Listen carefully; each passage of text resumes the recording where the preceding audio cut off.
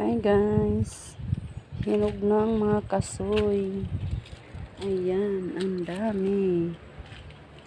Ayan guys, oh, 'di ba? Ayan yung ating abot kamay na kasoy. Mga hinog na guys, oh. Kaya nga ang daming kalat. Ang dami ko na namang pulutin guys. So ayan. Ang daming bunga ng kasoy. Ayan oh. Yan. O diba guys? Magsasawa ka din pala sa sobrang dami.